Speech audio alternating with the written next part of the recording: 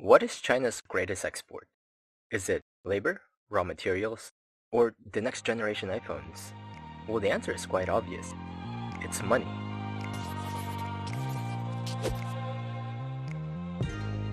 In recent years, Chinese companies have been aggressively strengthening their control and access to global markets. But more importantly, Chinese giants have been acquiring companies right here in the good old US of A. Make no mistake, we are about to see a new wave of Chinese companies enter the global market. Chinese giants like the Wanda Group. Wanda happens to be the world's largest private property developer and the world's largest cinema chain operator. So if you want to watch the latest Avengers movie in Australia or in the US, chances are you saw it in a Wanda-owned theater. China's economic reforms in the 70s and 80s would pave the way for future Chinese conglomerates like the Wanda Group. You see, it was at this time that the Chinese government had eased restrictions on the private sector and opened the country up to investment.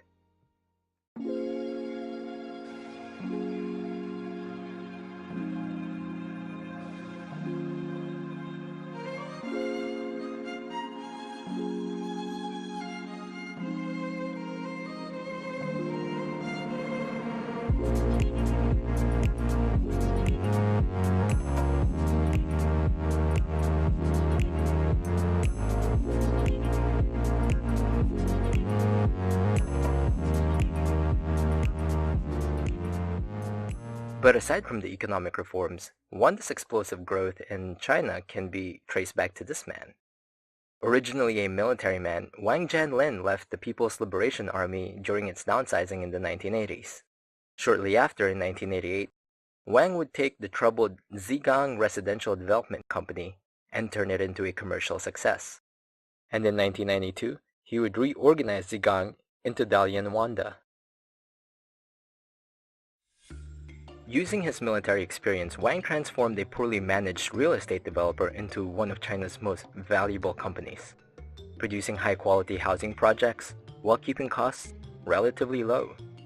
And in keeping with his military background, Wang runs Wanda with a top-down management style, and even fines his own employees for simply violating the dress code. And now that's out of the way, let's talk about Wanda's expansion in China. You see, thanks to him being a former military commander, as well as his position in the Communist Party of China, he was able to secure property deals with local government officials. So if I was a government official for Chengdu, I'd go up and tell Wang, hey, I need some apartments built in my city and I'll give you a month. And he'd say, okay, I can build that in a week. And I'd say, great, if you complete it in a week, let's split the money for the remaining 3 weeks. And we're talking about China here, a country with a long history of corrupt business practices. And this sort of practice wasn't uncommon. And this cycle would eventually repeat itself across all of China, giving Wanda the recognition, but more importantly, the capital it needed to expand across the country, making it one of China's largest commercial property developers.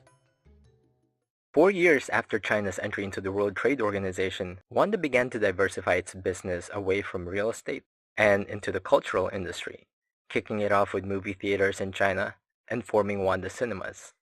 And it was Wanda's success in the movie business that proved to Wang that it was capable of so much more. And this set Wanda on the path to further diversify its holdings. Tourism, retail, sports, healthcare, financial services, and technology are just some of the sectors that Wanda has ventured into. And in the past few years, Wanda has taken on a more visible presence in the global market. Like, for example, Wanda bought a 20% stake in the Spanish football club Atletico Madrid. And if you've watched the World Cup, I'm sure you've seen plenty of this and this.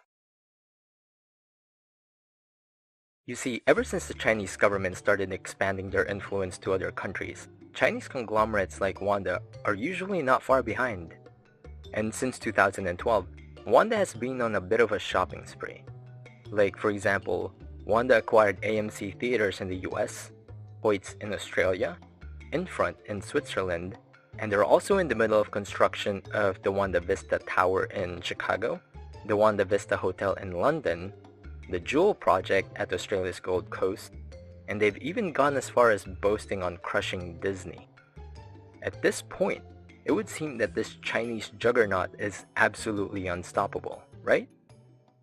You see, all this expansion comes at a price. And since 2017, China's government has put the brakes on Wanda's debt-driven expansions. You see, in the years prior, Wanda has borrowed their way to growth, and some of Wanda's projects, well, they haven't exactly worked out for the company, resulting in China's government tightening its grip on reckless spending by Chinese entrepreneurs.